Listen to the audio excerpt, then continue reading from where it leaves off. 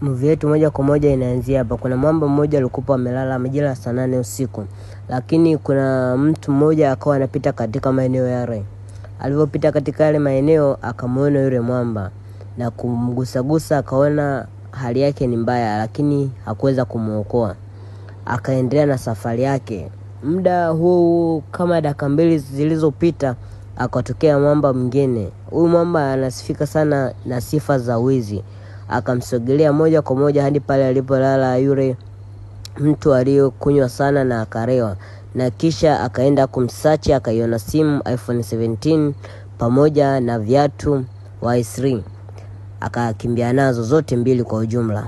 Akaanza kukimbia nazo. Yule mwamba hana habari lili wala lile, bado amelala, haielewi kitu, maskini ya Mungu. Muda kuna mwamba mmoja alikuwa anaokota makopo na alikuwa anapita kando ya yule jamaa aliyolala. Ameokota zake makopo, ghafla akamwona yule mtu amelala.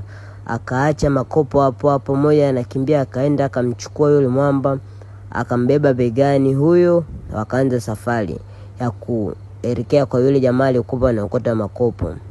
Moja kwa moja akafika mahali mbele kidogo, ni mbali na pale ambapo yule mwamba alikuwa amelala, sehemu fulani hivi. Akamlaza pale, akasema ngoja akamchukulie maji. Akamwacha pale yule mwamba, akaendelea kulala pale. Amelala mpaka baadaye muda kama dakika 3 au 2 hivi, yule mwamba alivyorudi ndo akaenda pale kwa yule jamaa aliyolala, kisha akachukua ile maji akamgusagusa.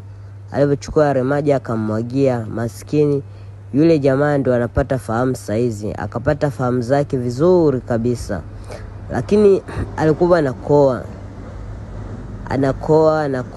Bwana, kama ya subscribe, naomba subscribe hii channel ya Maboso Media na kushare linki. Alivyokuwa tayari ameshamwagia ile maji, yule mwamba ndo anapata habari. Akamuuliza kwanza shida ilikuwa nini. Yule mwamba akasema hivi, shida bro,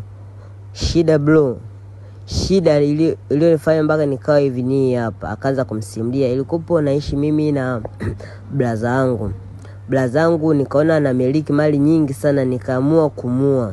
Nilivyomuua ili